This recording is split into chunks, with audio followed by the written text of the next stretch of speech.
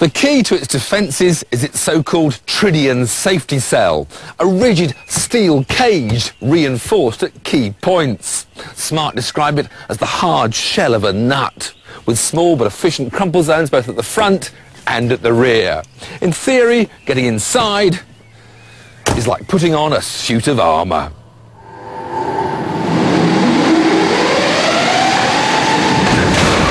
Even when it hits something more than twice as heavy, the bit where you sit is remarkably unaffected.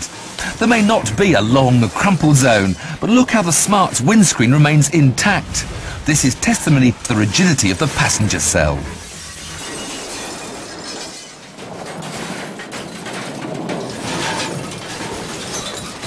The downside of the shell's rigidity is that there's a greater potential for the crash forces to be transmitted through to the passengers. Ideally, you want to slow them down as gently as possible. So you get seatbelt tensioners that stop you lurching forward violently, and they're fitted with force limiters that give you a bit of slack before they dig into your chest. The car's also fitted with a driver airbag, a passenger airbag, and a steering column that will retract out of the way in a crash to give you more room to slow down.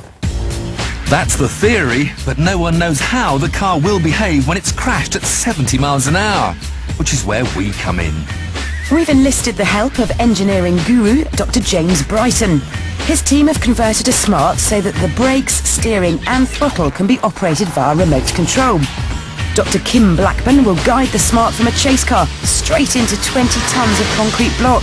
It'll be similar to losing control at 70 miles an hour and spearing off into the temporary barriers on a motorway.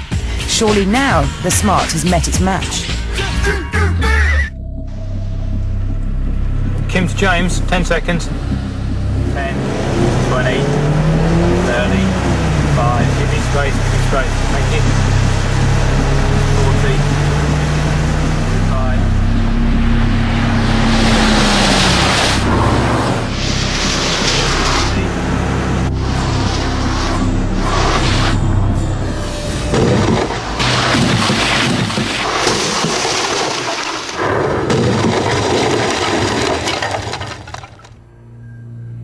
From 70 miles an hour to naught in 1 second.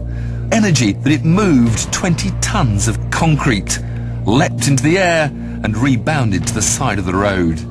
We didn't know what we'd find when we reached the wreckage.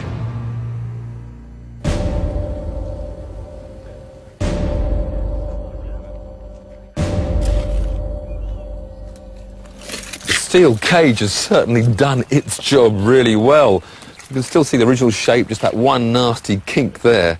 Don't forget, this is a car without a roof. The plastic was just shattered. So without even the strength of a roof, there hasn't been that much effect. You can in fact open the door. Bits fly out. And it's only really when you come around the front you do see that massive impact. Around the other side though, it still looks remarkably like a Smart car. You can see the full shape of the door. Indeed, the door not only opens normally, it closes again. So that does show how well that cage has worked on this impact. We were staggered at how well the Smart seemed to have stood up to our high-speed collision, but couldn't help wondering how a conventional small car would have performed in a similar test. So we found out. Another remote-controlled 3-star NCAP car, 70 miles an hour into concrete blocks.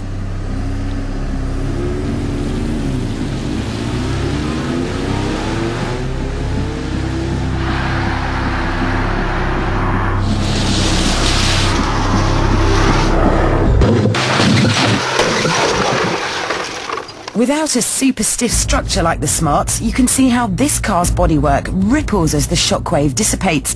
But again, the body looks remarkably intact, given the huge energy involved. Closer inspection revealed that there had been some intrusion into the footrail, but in comparison, the Smart looked to have suffered even more. Perhaps most surprising was the obvious energy-absorbing qualities of the concrete. The Corsa's greater mass moved the blocks more than the Smart, but in both cases the concrete didn't necessarily deliver the killer blow you might have thought. But here's the rub. The cars may have stood up to the severity of the crash surprisingly well, but the humans inside wouldn't. No matter what you drive, rapidly decelerating from higher speeds is something your internal organs simply cannot cope with. The chilling truth is, the people inside both cars would have been very unlikely to have survived. So, how much stick can a Smart take? A lot. But that can't be said for its passengers.